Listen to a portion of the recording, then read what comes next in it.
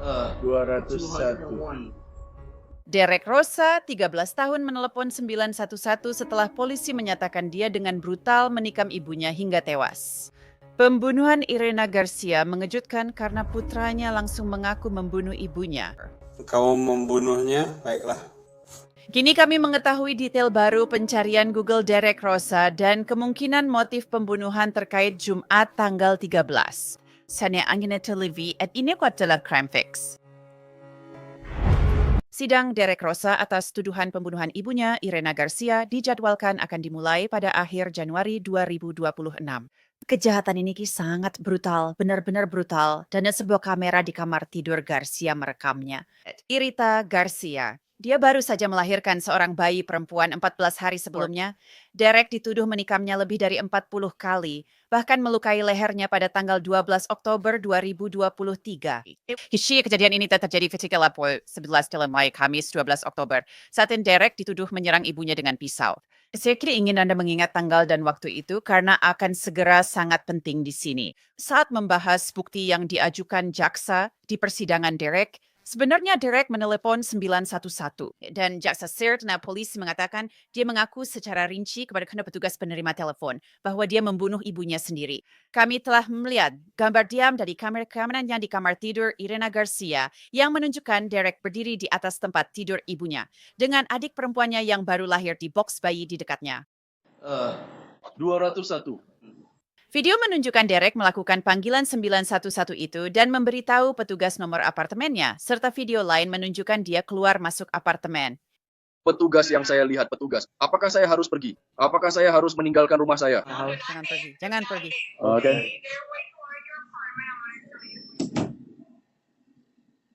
Kemudian polisi membawa Derek ke ruang wawancara. Derek, sini. Silakan duduk di sana.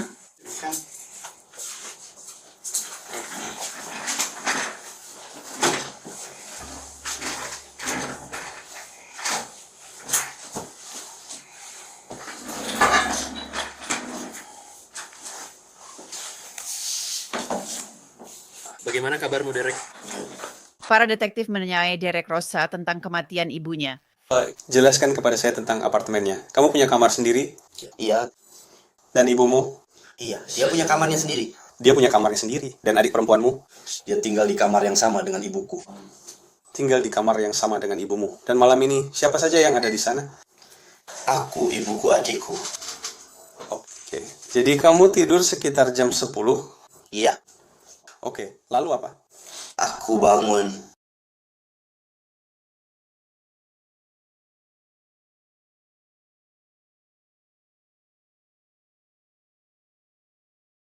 Kamu membunuh dia. Baiklah.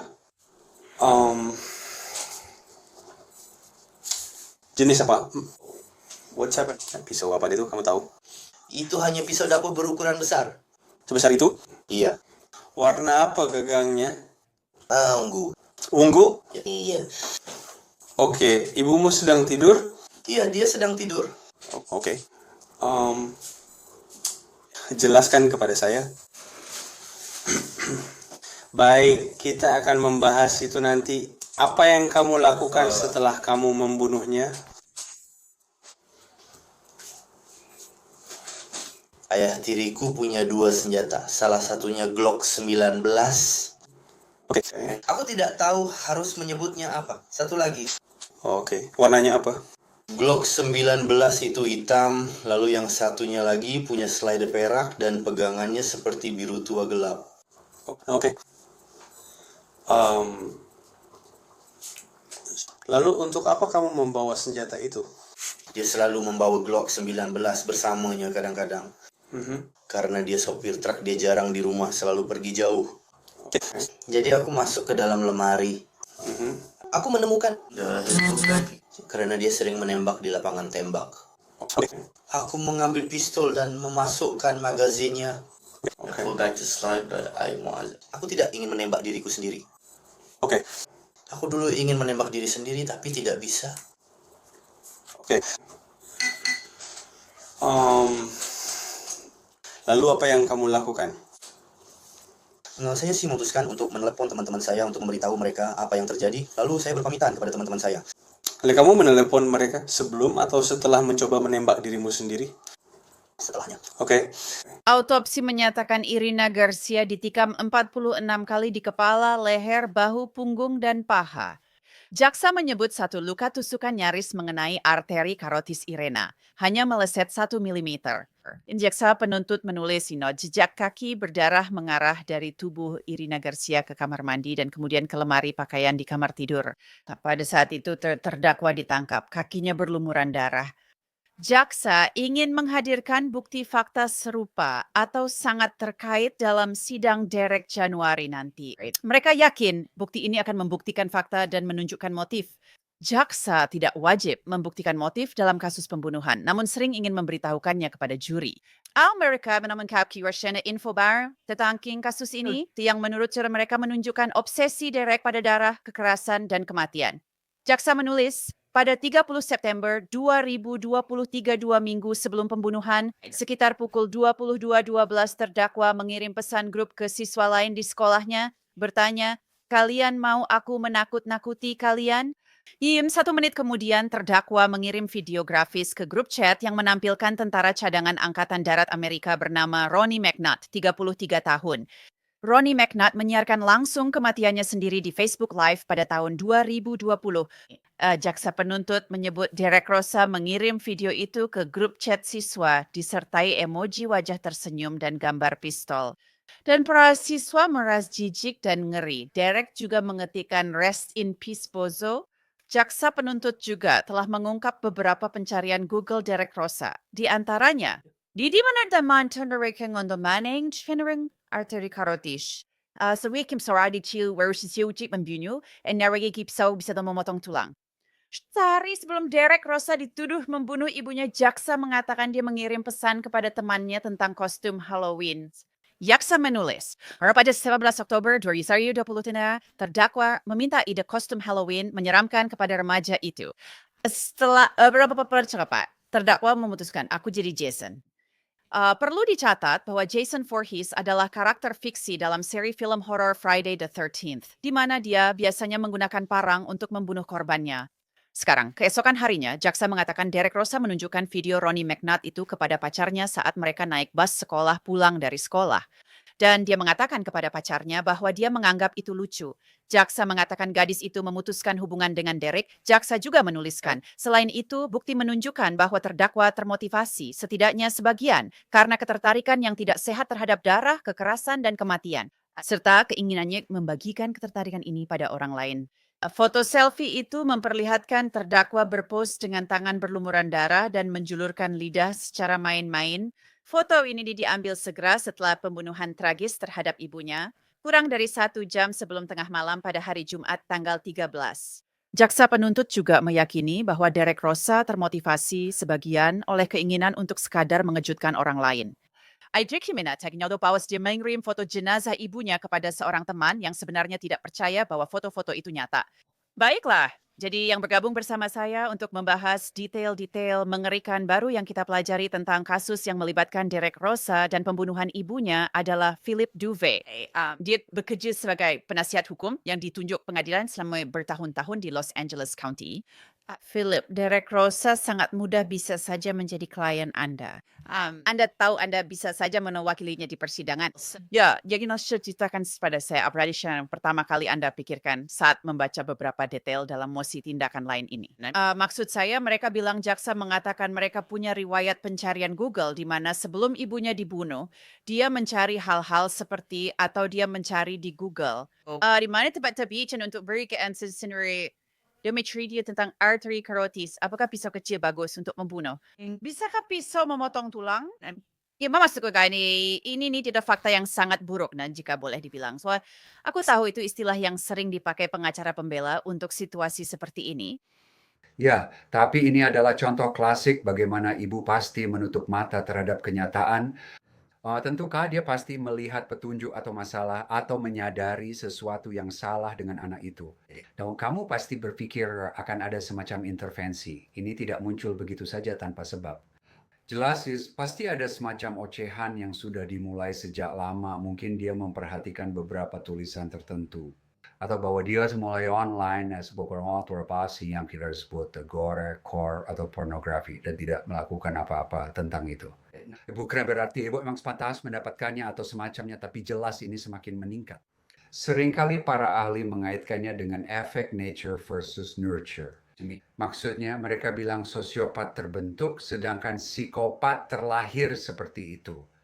Jadi apa penyebabnya? Apakah karena lingkungan atau pola asuh permisif? Atau memang dia sudah buruk sejak awal?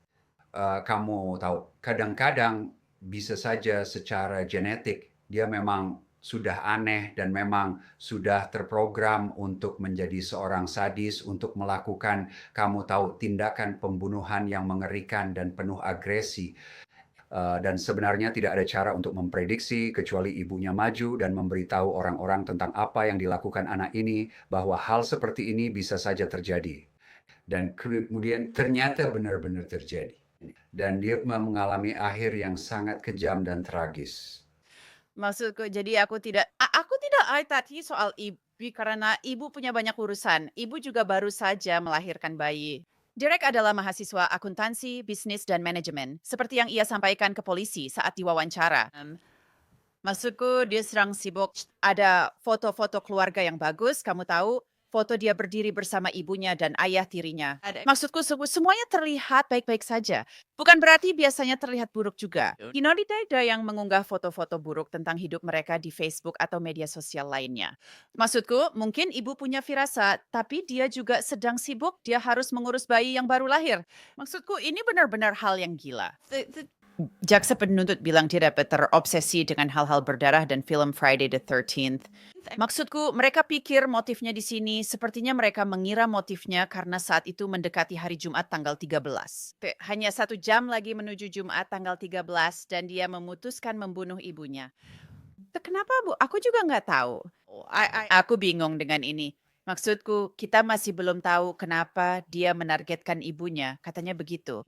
Maksudku, dia mengaku tidak bersalah. Aku jadi penasaran pembelaannya nanti bakal seperti apa. Soalnya ada rekaman videonya. Ada bukti foto yang menunjukkan dia melakukan pembunuhan ini. Ya, itu benar-benar mengerikan. Satu quote adalah sebut nafsu agresi, begitu mereka menyebutnya. Artinya entah karena alasan apa, mereka tertarik pada video kekerasan, novel kekerasan, atau literatur kekerasan. Tanpa sadar, mereka mulai menonton acara langsung seperti bunuh diri Robbie McNutt. Dia terobsesi dengan itu di tahun 2020. Dia adalah veteran Amerika Serikat dengan post-traumatic stress disorder yang menyiarkan penembakan fatal dirinya sendiri secara langsung. Maksud saya, dia benar-benar mengambil pistol dan menaruhnya di bawah dagunya. Dan tentu saja itu tersebar di seluruh media sosial. Saya kira video itu sampai ke TikTok dan Facebook. Dia juga menontonnya dan merasa terhibur. Menurut saya, ini campuran anak-anak yang tidak memahami arti kematian. Sebenarnya tidak ada sensasi di situ, faktanya memang bersifat psikopat. Kenapa sih ada ke orang yang ingin menonton itu? Apa yang bisa kamu dapatkan dari itu? Dan ibu melewatkan petunjuknya. Dan sekali lagi, aku tidak menyalahkan ibu sebagai korban, tapi pasti ada tanda-tanda sesuatu terjadi pada anaknya. Dan ya, aku mengerti dia baru saja melahirkan, tapi itu bukan berarti kamu melepaskan semua tanggung jawab terhadap anak-anak yang lahir sebelum bayi itu. Kamu tetap punya kewajiban sebagai ibu untuk membantu anakmu ketika kamu melihat keanehan-keanehan seperti ini. Masalah yang dimiliki oleh pemuda ini secara hukum adalah apa yang kita sebut sebagai faktor Miller v. Alabama. Ya dulu tuh sebelum tahun 2012 anak-anak tidak bisa secara otomatis mendapatkan hukuman penjara seumur hidup untuk berbagai jenis kejahatan. Namun mereka kembali, Mahkamah Agung Amerika Serikat kembali dan mengatakan bahwa demi keadilan, pengadilan dapat memutuskan bahwa seorang anak di bawah umur yang melakukan pelanggaran berat dapat dijatuhi hukuman penjara seumur hidup tanpa pembebasan bersyarat. Bukan hukuman mati, tetapi penjara seumur hidup tanpa pembebasan bersyarat jika itu sebanding dengan fakta-fakta kasusnya. Kita melihat ini misalnya di Mississippi tahun lalu. Kau ingat Carly Gregg, gadis 14 tahun yang tiba-tiba menembak ibunya dan mencoba membunuh ayah tirinya dalam rekaman video itu? Dia menguat hukum seumur hidup tanpa pembebasan bersyarat dan juri yang memutuskan itu. Jadi anak ini benar-benar dalam masalah besar. Di Florida, kamu bisa dipindahkan ke pengadilan dewasa oleh dewan juri pada usia berapapun untuk kasus pembunuhan tingkat tinggi. Secara teori, jika dia melakukan ini di usia 10 hingga 12 tahun, hukumannya tetap sama. Ini benar-benar tragedi jika kamu pikirkan. Karena pada akhirnya, apa yang dikatakan oleh legislatif adalah, kami merasa anak ini tidak akan pernah bisa direhabilitasi dalam sistem peradilan anak. Dan menurut saya, di Florida, mereka hanya bisa memenjarakanmu maksimal 6 tahun sampai usia 21 tahun. Pertanyaan untuk para ahli, bisakah dia direhabilitasi? Keputusan apakah dia mendapat hukuman seumur hidup tanpa pembebasan bersyarat ada di tangan juri. Menurut saya dengan fakta-fakta ini akan sangat sulit bagi pihak pembela untuk meyakinkan juri bahwa Derek Rosa bisa direhabilitasi. Saya tidak tahu kemana seseorang kisah dari kejadian seperti ini. Menurut jaksa, dia memotret ibunya yang tersendak di genangan darah, lalu mengirimkannya kepada orang-orang setelahnya. Dia mendapatkan kesenangan dan kepuasan dari hal ini. Menurut apa yang ditulis oleh kejaksaan, dia tertulis tanggal sini. Maksudku, ini ibunya. Ini adalah wanita yang melahirkannya. Dan dia diserang saat sedang tidur. Maksudku, tidak storm yang lebih dingin, kejam, dan mengerikan dari itu, Filipus. Aku tahu, tapi bukan untuk membela yang salah. Ingat, kita bicara soal anak 13 tahun. Jadi apa bahayanya? Aku tidak bilang untuk membebaskannya, jangan salah paham. Kirim saja dia ke penjara. Namun yang dimaksud hukuman tidak tentu adalah masa hukuman tanpa batas, tanpa hukuman seumur hidup, dan tanpa pembebasan bersyarat di akhir masa hukuman. Artinya, dalam 20-30 tahun ke depan, biarkan Dewan Pembebasan bersyarat menilai perkembangan dan rehabilitasinya di penjara. Nontongan melihat bahwa dia sudah memiliki pemahaman atas apa yang telah dia lakukan, dan untuk melihat apakah dia mendapatkan perawatan yang tepat. Serahkan pilihan ke Dewan Pembebasan Bersyarat untuk memutuskan apakah dia layak dibebaskan. Jika mereka menolak, biarkan saja, tapi beri dia kesempatan rehabilitasi karena usianya masih muda. Siapa tahu, mungkin dalam 10 atau 20 tahun ke depan akan ada obat yang bisa menyembuhkan pemuda itu. Saat ini saya tidak percaya kita memiliki apapun dalam dunia medis modern selain terapi perilaku yang bisa memperbaiki ini. Atau kalau tidak, cukup menenangkannya sampai ia terus linglung. Untuk memperbaiki kesalahan sirkuit di otaknya, dia memang harus dikurung. Tapi mengapa tidak memberinya kesempatan bertemu Dewan Pembebasan bersyarat dalam 20 atau 30 tahun? Aku hanya tidak bagaimana seseorang bisa kembali setelah melakukan hal seperti ini. Aku tidak tahu bagaimana otak-otak yang mampu melakukan ini. Dan kemudian hanya tidak diharap dan seperti. Bilang ke polisi seperti yang yang melakukannya. Ya, yang melakukannya. Itu kamu tahu, lalu kamu menertawakannya bareng teman lewat pesan teks. Aku tidak melihat bagaimana otak bisa sembuh dari itu dan kembali normal. Lalu tiba-tiba saja, setelah bertahun-tahun di penjara, kamu dianggap layak dan aman untuk menjadi anggota masyarakat yang produktif. Dan kepercayaan bahwa kamu dipercaya untuk tidak menyakiti orang lagi, maksudku itu permintaan yang besar. Tentu saja. Tapi itu bukan berarti pasti terjadi atau dia akan keluar setidaknya beri dia kesempatan. Ingat, mereka selalu bisa menolaknya dan berkata, lihat, kamu masih berbahaya. Kamu tidak punya pemahaman, kamu tidak mengikuti program di sini di penjara. Kami itu tak akan membiarkanmu keluar agar tak mengulanginya. Tapi bagaimana jika dia benar-benar berkembang? Katakanlah setelah 10 tahun, dia mulai menjadi seorang pria. Kini di usia pertengahan 20-an, dia terus diberi obat dan menjalani perawatan, serta mulai memiliki hati nurani. Sebenarnya dia bukan psikopat seperti yang dikira orang. Bahwa mungkin sebenarnya itu memang sosiopatik, di mana dia tidak punya empati terhadap orang lain sampai-sampai dia melakukan matricide, membunuh ibunya sendiri. Tapi mungkin dengan memanfaatkan dan menggunakan semua sumber daya yang ada di Departemen Pemasyarakatan, mereka bisa merehabilitasi dia.